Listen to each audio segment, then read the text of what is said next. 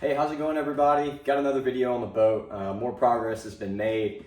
I've been posting some little pictures here and there online, and I've had a lot of questions so far about it. A lot of people are excited about this thing. I've been kind of quiet about it for the most part, but one of the things that keeps coming up is asking me how I've done the throttle and reverse to go from the old style cable to now the position sensors on the electronic side like you'd use on a ski. So this boat is going to have IBR on it, so I'll be able to have trim.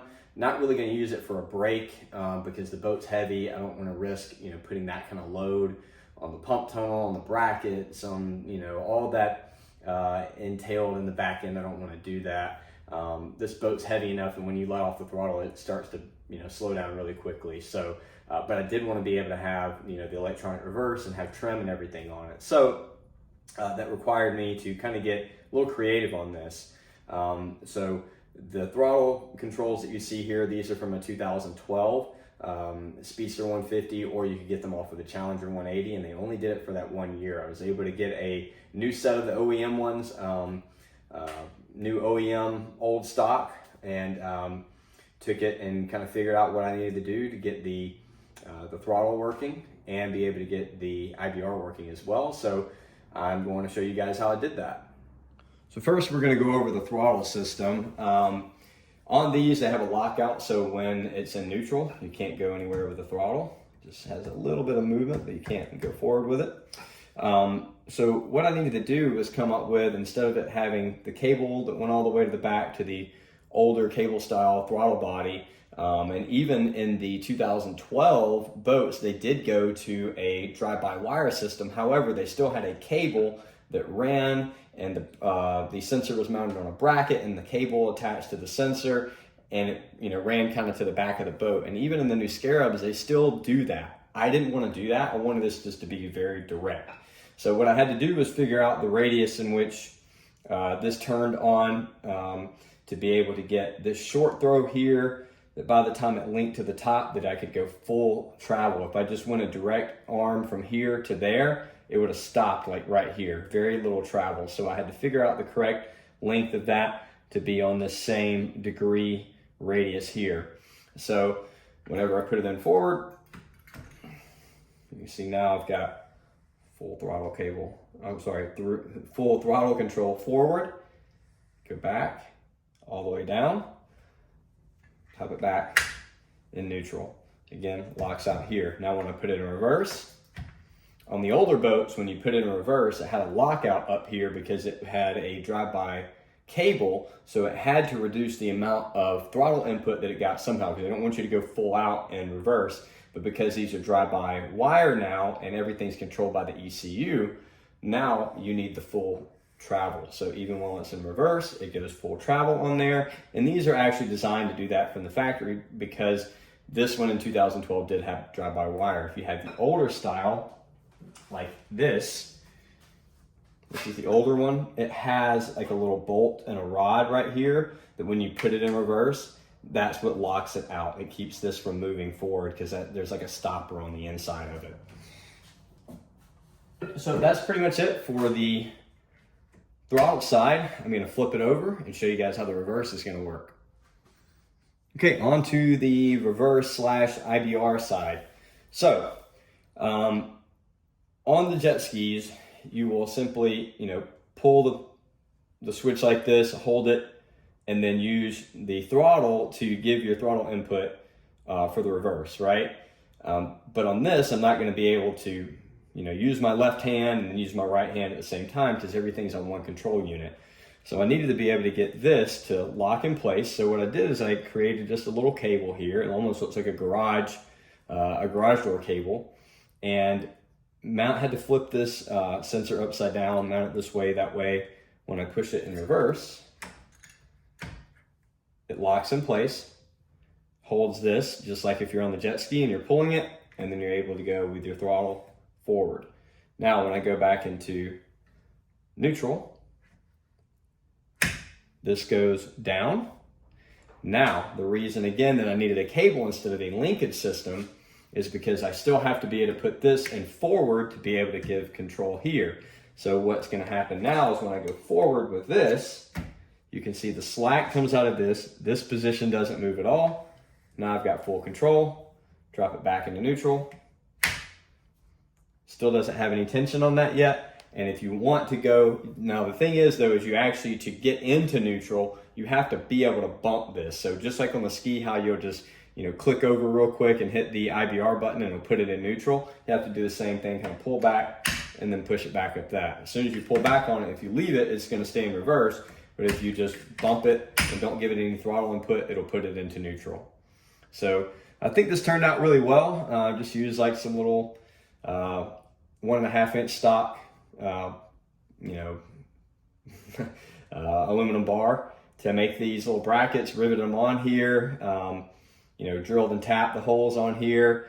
And I will tell you, for these, because they're aluminum and I've got the steel here, or the stainless steel here, I did use anti-seize on this because I don't want to use Loctite, and if I ever need to change the sensor out, that it's it's going to be corroded pretty bad in there, it wouldn't come out. So but yeah, I mean, it turned out really well. So we're gonna go mount it on the boat now. All right, moved it over to the other side of the boat, and we're gonna go ahead and start getting ready to mount this. So I've got my cables in here. Let's find the other one. I had them labeled here. So this is my throttle here, I believe. That's the throttle. This is IBR. Okay, so my throttle is going to go here. IBR is going to go over here. And then how we're going to keep this cable out of the way is I'm actually going to put it inside of here. You can see there's holes that are in here. We're just going to run those cables through that, and it'll kind of keep these out of the way. So you're going to need a Phillips head. We'll just loosen those real quick.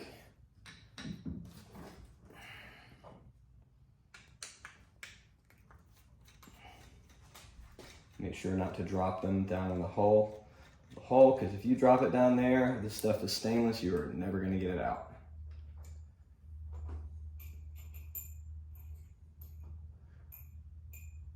Don't want to drop it. There we go. Just run that inside like that.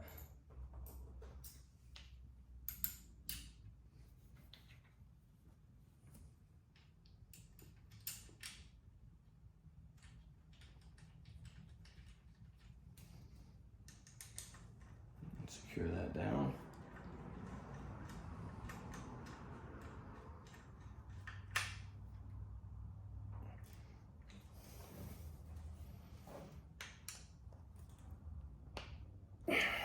You can see that helps to keep from this kind of binding on anything down there, keeps it out of the way. When we pull it up, pulls them up, it's not going to be flopping around. So I'll just flip it around on the other side and do that one real quick. Because we got both sides in, and what I did go ahead and do is add a zip tie at the bottom and here. Made sure there's not a whole lot of tension on this.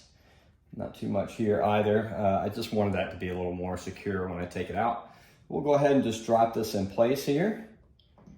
You can see all of our sensors and everything clear. And then we're going to be using the 4 M5 30 millimeter little flathead screws here. Now, one thing I will say is that these actually screw into aluminum bars that are here. Whenever you guys take these off, you will see that. And one thing, again, we've got steel going into aluminum. Trying to use Loctite in here, something that's possibly getting water splashed over on it. We don't want to risk having anything seize up on it. I did when I took the original ones out, snapped it and had to reorder those new bars that are in there. So we're just going to put a little bit of anti-seize on all 4 of these.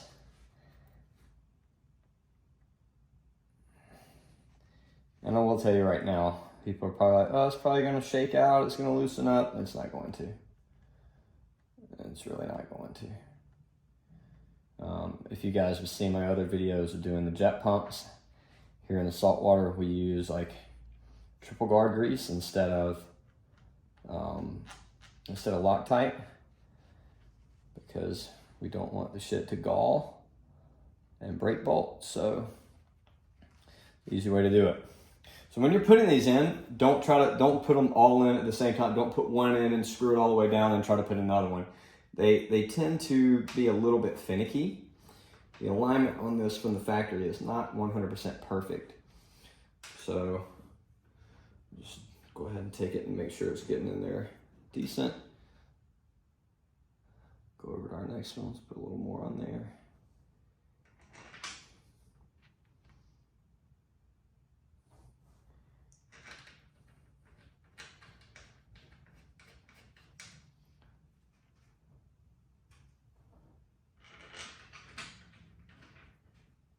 These are going to be a 3mm Allen wrench that you're going to need to take these out. See, like on this one, they try to bind a little bit because it's the screw is actually hitting the metal of the controls itself. So if you feel it starting to bind, don't try to ram it in there, just loosen up the other ones. Sometimes you actually do need to re-tap the holes that are on these things, and that's pretty easy to do. The other ones kind of go straight in like that.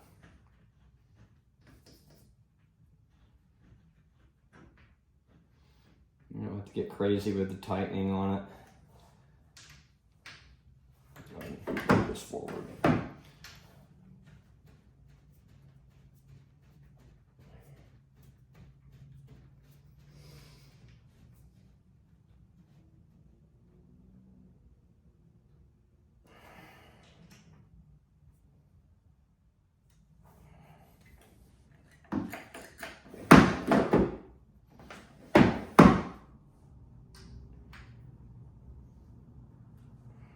See, I'm just doing this by hand and using the short end to tighten it down so it doesn't need a whole lot of torque.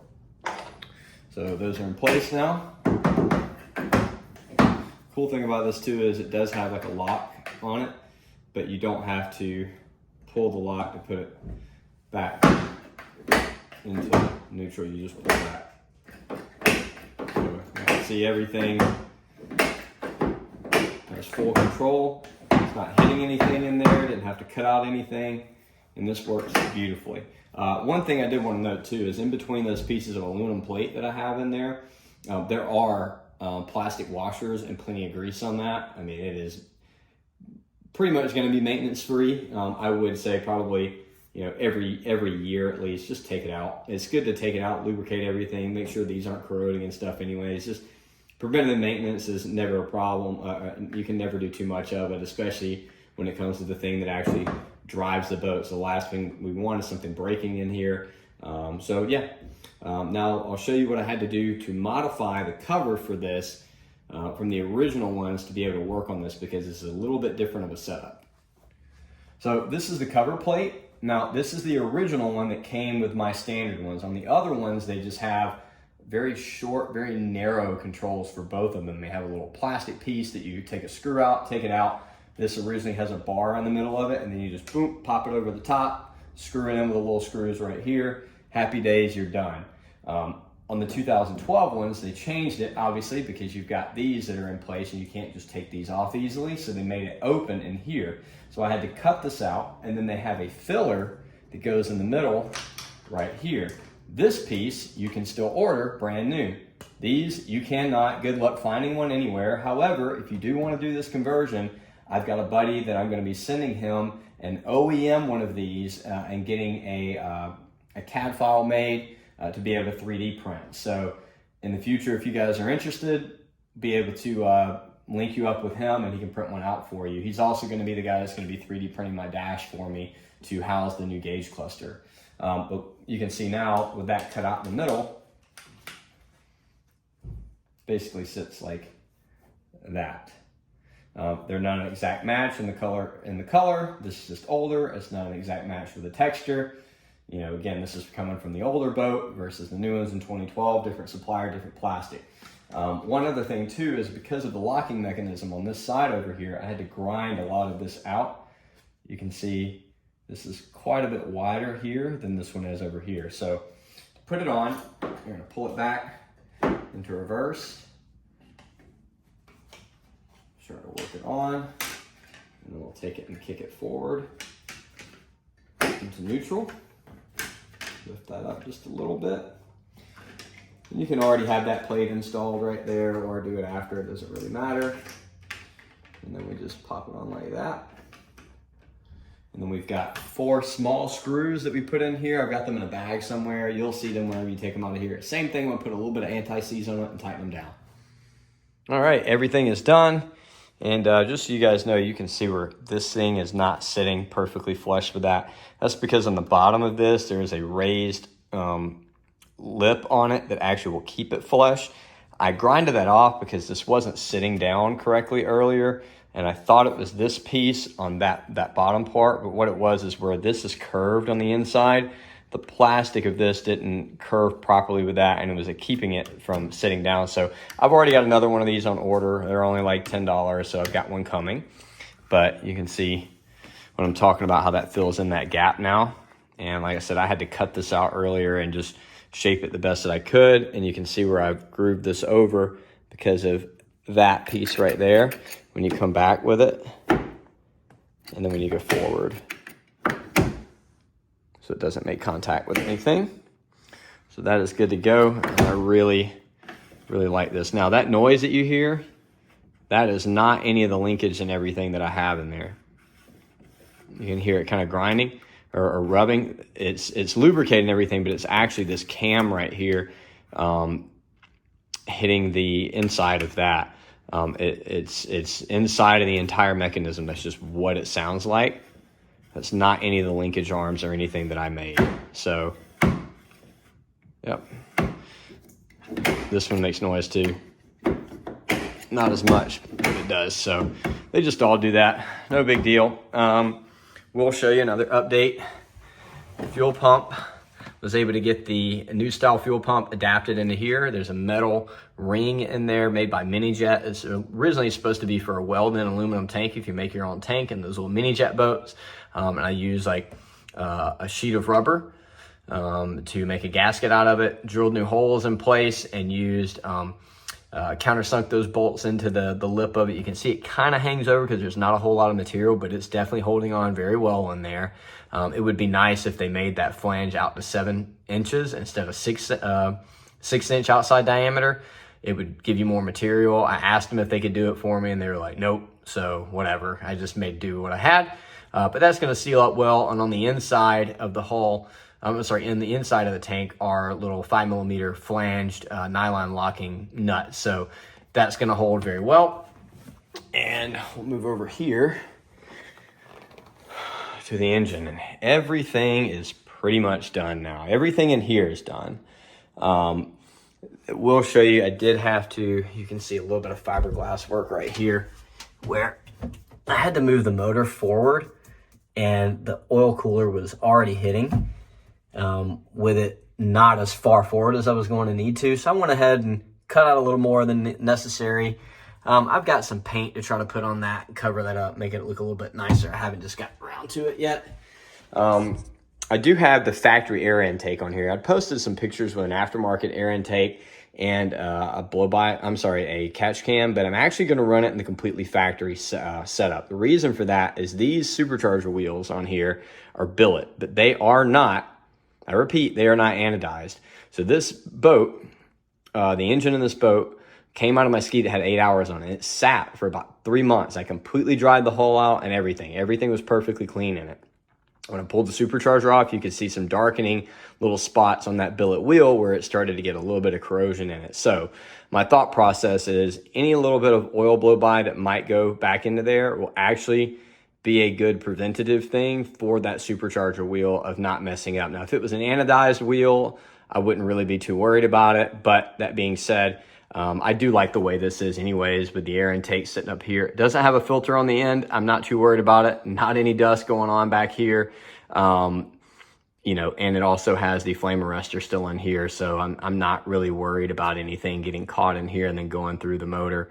The filter that this would, the filtration that this would have is going to be better than any other mesh filter that you're putting up here that's like a marine grade flame arrestor. Plus you don't need a flame arrestor on here if you've already got the one in the inside of the intake manifold. And also an intercooler acts as a massive flame arrestor. So I do have the factory intercooler in here. Like I said, I want to run everything factory. All the factory hoses, everything that came out of the ski is in here. Every bit of it. The factory blow by, the factory diverter valve, everything. I've got pretty much everything zip tied back to the factory the way that it was. I've got one right there that I need to do on the exhaust temp sensor. But got all new wires ran. I've got my bilge remote wire ran there. I didn't run that up that way because the exhaust is over there and it kind of got in the way. So I just ran it straight out up to the battery. Not a big deal. You can check out the electrical panel here. This goes up and over, up back to the dash. This is just the accessory panel fuse box that I have. I wanted to run everything through the factory one, but there weren't enough ports in there to be able to do it. So I've just got, you know, my rocker switches plus a 12 volt on there. So we've got the nav lights, nav lights bilge, the blower motor, and then the 12 volt source right there, and a breaker switch in the middle. This is actually a cutting board from Sam's for $8, and this is the Riva Airbox Delete Kit that has all the other electronics bolted to it, and then I used some square tubing for in here, but I had to cut it out so I could access the bolts back here where the factory airbox used to sit at. So I made all this accessory panel to fit on here, and I think it turned out fucking killer. The only thing that I do want to do is I want to remove these two brackets over here. I don't like how those are there. You can definitely tell something was there before. I don't like it. I will remove them, but yeah, looks like it was meant to fit in here.